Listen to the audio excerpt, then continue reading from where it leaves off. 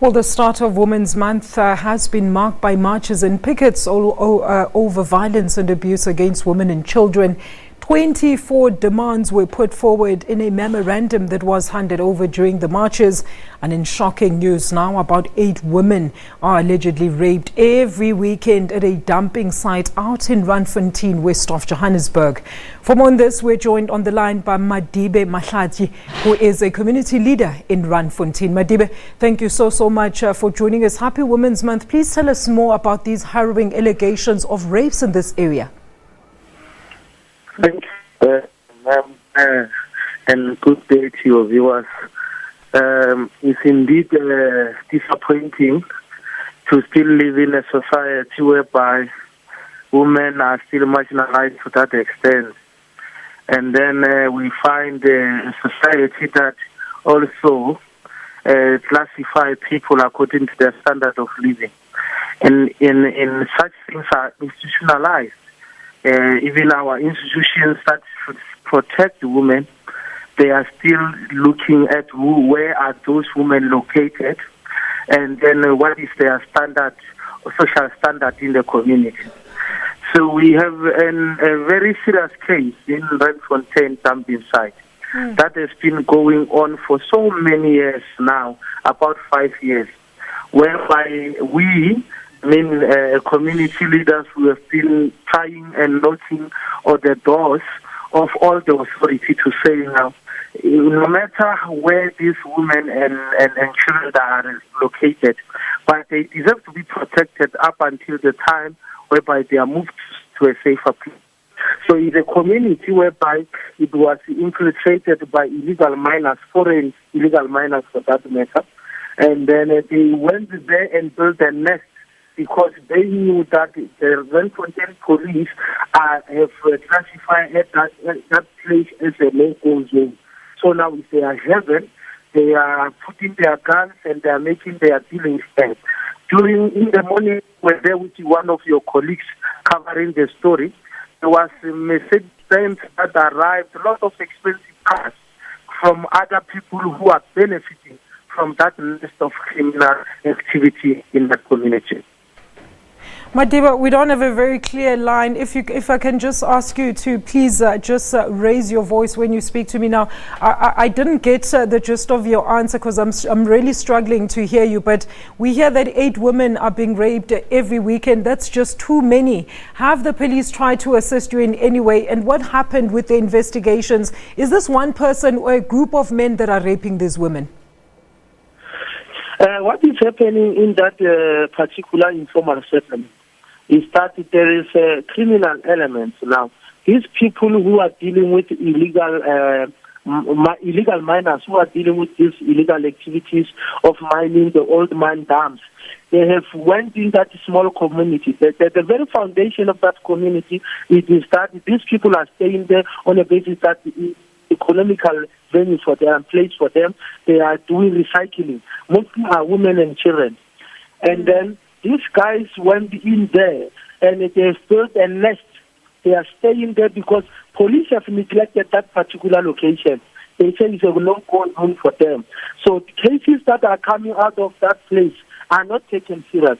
We were in the morning with some of the rape victims who said and showed us their case numbers that were never attended to.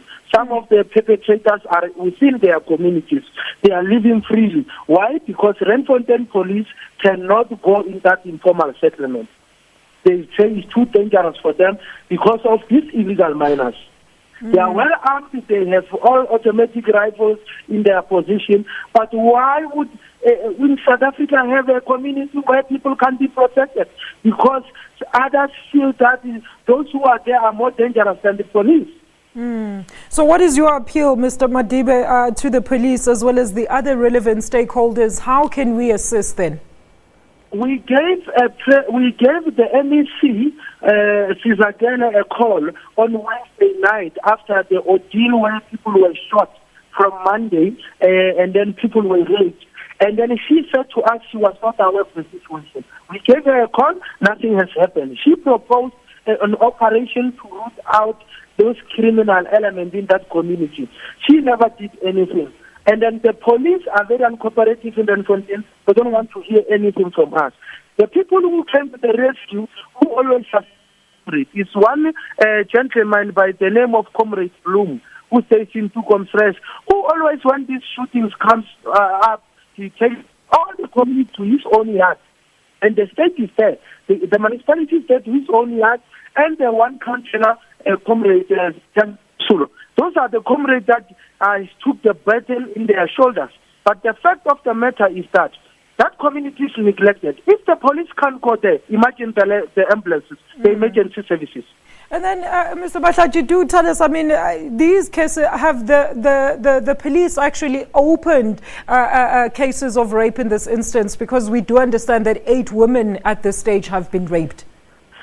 There is one victim that said to us that he was rejected. He was told that you are drunk. Secondly, you are smelly. Secondly, we don't take cases from jumping sites because you drink together, dance together, and then later sleep with each other. Now they are prophesying and then come back to us. And anyway, you won't come to court. That's the attitude of the police. This attitude is a social class attitude. It's people who think that poorest of the poor, because of their state of economy, they are mad. When a person is poor, when he says, I'm being raped, they say, no, you are lying. You slept with him. It's a social thing. It's a socio-economical factor.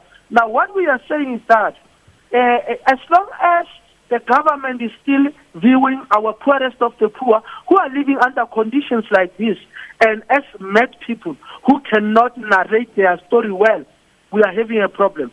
And then they are going out, putting big budget, talking to women in the stations, in towns, in locations, while there are people who are very vulnerable, who need the state to intervene. What must happen there? The government must make a clear operation to deal with that illegal activities of drugs and illegal miners who formed a very strong cartel there. They are heaven because the police cannot come in. So they must be rooted out. And then, Madibe, have you tried to rope in the Minister of Police or the higher structures that are dealing with that particular police station, where you are saying that you have gone there countless number of times, but you are not getting any help or assistance from these police? What are these other structures doing, and what else are you doing as a community now to try and warn these girls to stay clear of that area up until you get to the bottom of this issue? Look, you cannot tell the people who are calling that place their home from 1989 to say, go out of this place up until we get help. Because even in their heads, as poor as they are, as maybe drunk as they are, according to the police, they know that this is our home, this is our land, this is where we grew up, some of them.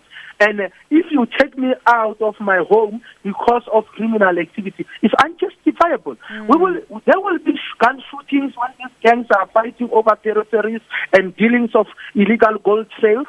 They will go to the police station and sleep on the outside police station, hoping that it's safe. Even that they are still vulnerable. There's other criminal activities in town. They steal their bags and everything. Madibe, them to this comrade. Madibe, maybe tell us about this police station that a lady was turned back and she was told that she was drunk and smelling like alcohol. Maybe somebody that's listening could maybe take some serious steps in making sure that, of course, the relevant people are brought to book. It's Randfontein police station. It's Randfontein's police station in the west of Joburg, in Randfontein. Thank you so much. That's Madibe Mahlatji, a community leader from Randfontein, where a number of girls, indeed 8 to be precise, are being raped at a dumping site during weekends.